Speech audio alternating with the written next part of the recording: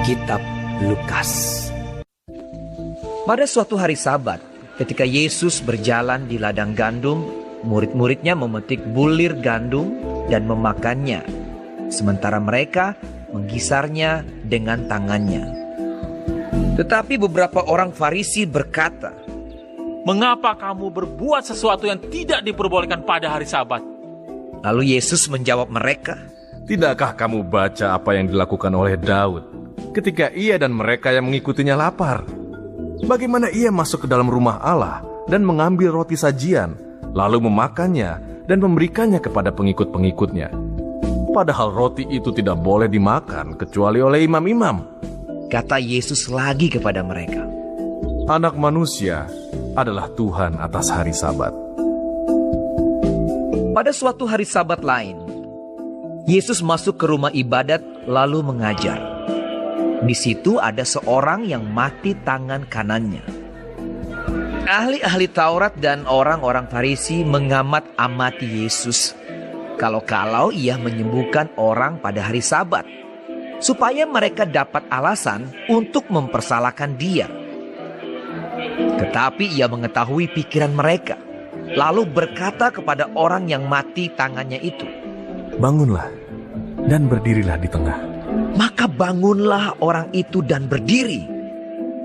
Lalu Yesus berkata kepada mereka, Aku bertanya kepada kamu, manakah yang diperbolehkan pada hari Sabat? Berbuat baik atau berbuat jahat? Menyelamatkan nyawa orang atau membinasakannya? Sesudah itu ia memandang keliling kepada mereka semua, lalu berkata kepada orang sakit itu, Ulurkanlah tanganmu. Orang itu berbuat demikian dan sembuhlah tangannya. Maka meluaplah amarah mereka, lalu mereka berunding. Apakah yang akan mereka lakukan terhadap Yesus?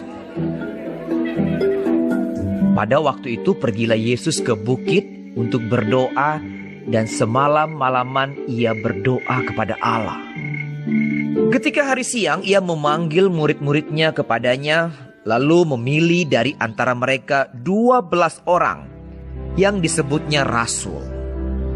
Simon yang juga diberinya nama Petrus, dan Andreas saudara Simon, Yakobus dan Yohanes, Filipus dan Bartolomeus, Matius dan Thomas, Yakobus anak Alfeus, dan Simon yang disebut orang Zelot, Yudas anak Yakobus, dan Yudas Iskariot yang kemudian menjadi pengkhianat.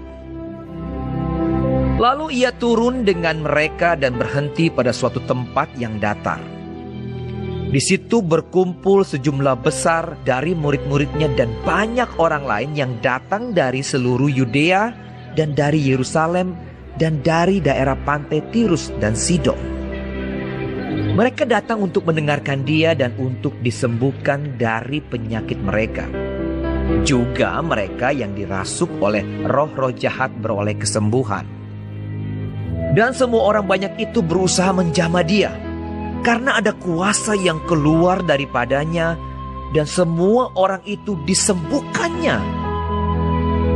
Lalu Yesus memandang murid-muridnya dan berkata, Berbahagialah, hai kamu yang miskin, karena kamulah yang empunya kerajaan Allah. Berbahagialah, hai kamu yang sekarang ini lapar, karena kamu akan dipuaskan. Berbahagialah, hai kamu yang sekarang ini menangis, karena kamu akan tertawa. Berbahagialah kamu, jika karena anak manusia orang membenci kamu, dan jika mereka mengucilkan kamu dan mencela kamu, serta menolak namamu sebagai sesuatu yang jahat. Bersukacitalah pada waktu itu, dan bergembiralah, sebab sesungguhnya upahmu besar di surga. Karena secara demikian juga nenek moyang mereka telah memperlakukan para nabi. Tetapi celakalah kamu, hai kamu yang kaya, karena dalam kekayaanmu kamu telah memperoleh penghiburanmu. Celakalah kamu yang sekarang ini kenyang, karena kamu akan lapar. Celakalah kamu yang sekarang ini tertawa, karena kamu akan berduka cita dan menangis. Celakalah kamu jika semua orang memuji kamu, karena secara demikian juga nenek moyang mereka telah memperlakukan nabi-nabi palsu. Tetapi kepada kamu yang mendengarkan aku berkata, kasihilah musuhmu, berbuatlah baik kepada orang yang membenci kamu, mintalah berkat bagi orang yang mengutuk kamu, berdoalah bagi orang yang mencaci kamu. Barang siapa menampar pipimu yang satu, berikanlah juga kepadanya pipimu yang lain. Dan barang siapa yang mengambil jubahmu, biarkan juga ia mengambil bajumu. Berilah kepada setiap orang yang meminta kepadamu, dan janganlah meminta kembali kepada orang yang mengambil kepunyaanmu. Dan sebagaimana kamu kehendaki supaya orang perbuat kepadamu, perbuatlah juga demikian kepada mereka. Dan jikalau kamu mengasihi orang yang mengasihi kamu, apakah jasamu? Karena orang-orang berdosa pun mengasihi juga orang-orang yang mengasihi mereka. Sebab jikalau kamu berbuat baik kepada orang yang berbuat baik kepada kamu, apakah jasamu? Orang-orang berdosa pun berbuat demikian. Dan jikalau kamu meminjamkan sesuatu kepada orang, karena kamu berharap akan menerima sesuatu daripadanya, apakah jasamu? Orang-orang berdosa pun meminjamkan kepada orang-orang berdosa, supaya mereka menerima kembali sama banyak. Tetapi kamu, kasihilah musuhmu, dan berbuatlah baik kepada mereka, dan pinjamkan dengan tidak mengharapkan balasan. Maka upahmu akan besar, dan kamu akan menjadi anak-anak Allah yang Maha Tinggi. Sebab Ia baik terhadap orang-orang yang tidak tahu berterima kasih, dan terhadap orang-orang jahat.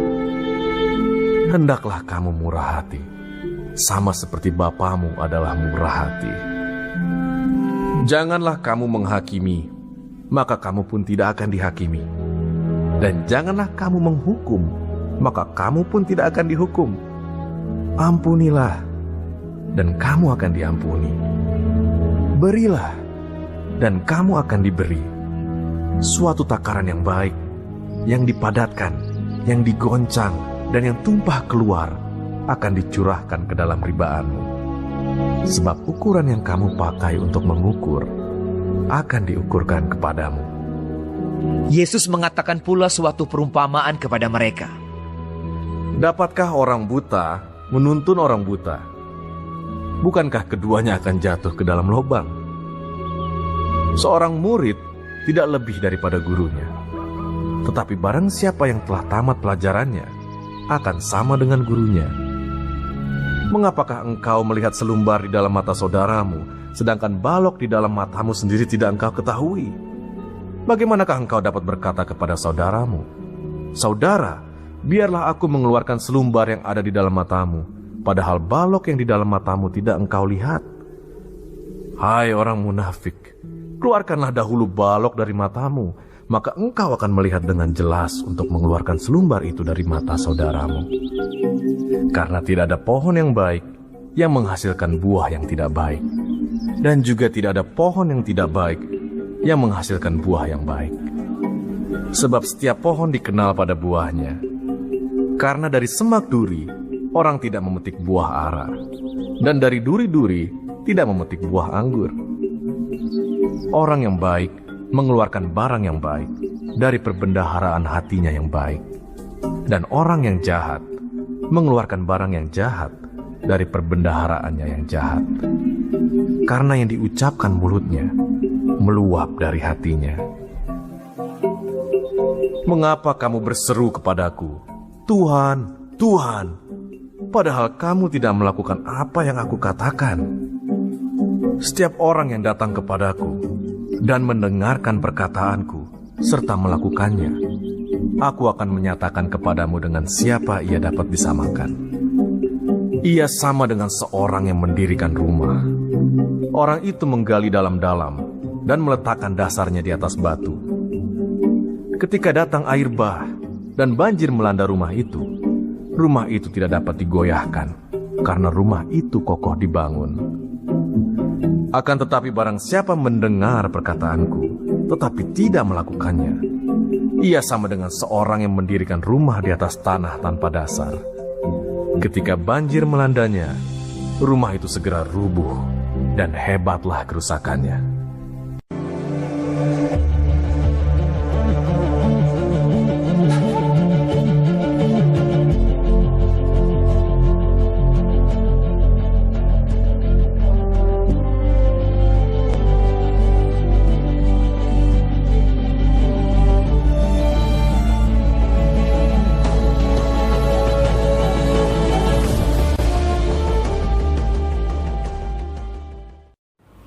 Shalom saudaraku yang sangat dikasihi Tuhan Yesus.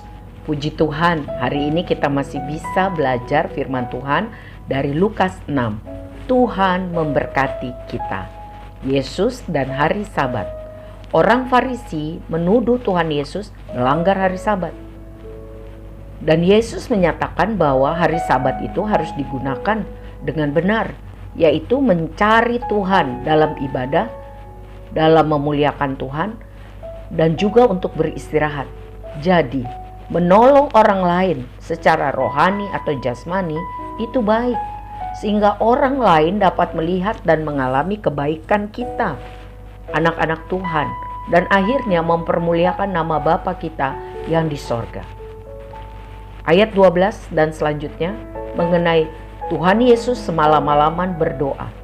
Karena doa yang sungguh-sungguh seperti doa semalam-malaman itu menghasilkan keputusan-keputusan dan hal-hal yang luar biasa.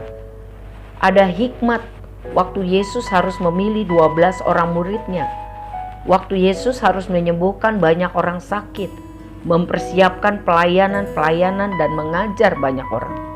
Jadi, jika Tuhan Yesus yang sempurna, anak Allah, semasa dia ada di dunia mengatur waktu untuk banyak berdoa, termasuk doa semalam-malaman, betapa saya dan saudara sangat memerlukan banyak waktu untuk berdoa, supaya bisa intim dengan Tuhan, mengetahui isi hati Tuhan, mengerti rencananya, kehendak Tuhan bagi pribadi kita, keluarga, jemaat, bangsa, negara, dan dunia ini, serta diberi hikmat dan kekuatan yang baru.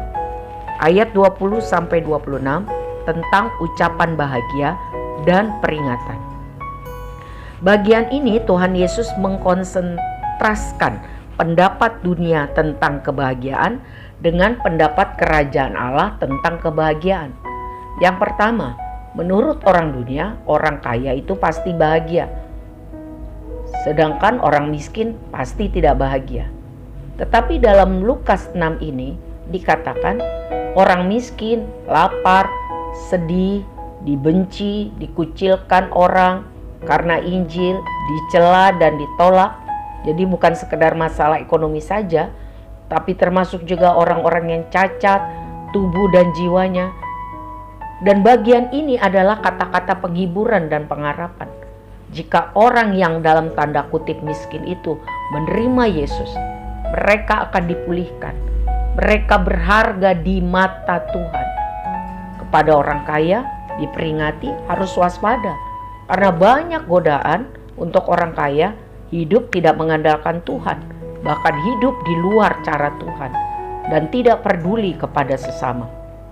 Tuhan Yesus tidak benci kepada orang kaya. Bahkan Tuhan Yesus menerima banyak dukungan bagi keperluan pelayanannya dari orang kaya. Tercatat di dalam Lukas 8 ayat 3, Lukas 23 ayat 50 tentang Yohana, Susana, Yusuf Arimatea. Mereka melayani rombongan dan Yesus dengan kekayaannya. Kekayaan itu tidak jahat, tapi harus diwaspadai, dikuasai, dipakai untuk kemuliaan Tuhan. Jika tidak, maka cinta akan uang atau dosa itu yang akan memperbudak orang, membuat orang lupa diri, lupa kepada Tuhan sebagai sumber kehidupan. Tuhan menyatakan bahwa orang miskin, orang yang berduka cita, orang lapar, orang yang dibenci karena Kristus adalah orang-orang yang berbahagia. Karena orang yang seperti ini hidup rendah hati, hidup sangat bergantung pada kasih dan kuasa Tuhan. Sebab penghiburan, pembelaan, kekuatan, kecukupan hanya bersumber atau datang dari Tuhan. Karena itu saudara, apapun keadaan kita, mari kita menggunakan hidup kita sebagai alat untuk mempermuliakan Tuhan dengan cara melayani orang lain. Jadi kebahagiaan yang sejati itu adalah mengerti bahwa kita ini dikasihi Tuhan. Karena mengenal Tuhan, tahu kehendaknya, dan hidup dalam ketaatan melakukan perintahnya. Bukan karena tidak ada penderitaan, tapi karena sadar akan kehadiran Tuhan dalam kehidupan. Ingatkah saudara lagu anak-anak sekolah minggu? Jalan serta Yesus, jalan serta Dia setiap hari, jalan dalam suka, jalan dalam duka, serta Yesus selamanya. Itulah kebahagiaan yang sejati. Ayat 27-36 tentang mengasihi musuh. Tuhan Yesus mengajarkan tentang memberi kebaikan kepada orang yang jahat kepada kita. Karena Tuhan sudah memberi contoh yang sempurna pada kita. Dan kita anak-anaknya harus melakukan kehendaknya, perintahnya, contohnya. Jadi jangan berbuat baik karena berharap balasan, atau berbuat baik hanya kepada orang yang baik saja kepada kita. Saya tahu sangat sulit untuk melakukan ini, tapi mari kita belajar untuk tambah hari, tambah serupa dengan Bapa kita di sorga yang sempurna itu. Amin. Ayat 37-42 tentang menghakimi. Tuhan adalah sumber kebenaran. Hanya Tuhan yang berhak menghakimi semua manusia. Tidak ada manusia yang sempurna. Bagian ini mengajarkan kita untuk introspeksi diri. Tidak hanya bisa atau mudah melihat kesalahan dan kekurangan orang lain. Jika kita telah menyadari dosa-dosa dan kelemahan-kelemahan kita dan bertobat, barulah kita dapat melihat dengan jelas tentang orang lain dan dapat menolong orang lain menyadari kesalahan-kesalahannya. Tuhan Yesus mengajarkan pada bagian terakhir pasal ini tentang dasar dari kehidupan yang berkenan di mata Tuhan, yaitu taat pada firman Tuhan, sehingga bisa menjadi pelaku-pelaku firman. Tuhan tahu benar siapa umatnya yang palsu dan yang sejati. Ukuran kesejatian anak Tuhan terletak pada kesetiaannya untuk menghasilkan buah kebenaran. Saat senang, saat susah, menghasilkan buah kebenaran. Kita semua sangat perlu diperbaharui tiap hari oleh firman Tuhan dan oleh karya Roh Kudus dalam kehidupan, supaya kita bisa menghasilkan buah-buah kebenaran setiap hari. Karena itu mari kita minta Roh Kudus memperbaharui hati kita, menegur kelakuan kita yang salah, menuntun kita dalam seluruh kebenaran, dan setia membaca firman, karena itu adalah kompas atau pedoman, sehingga hidup saya dan saudara dapat melakukan sesuai kehendaknya. Tuhan memberkati kita semua menjadi pelaku firman. Amin.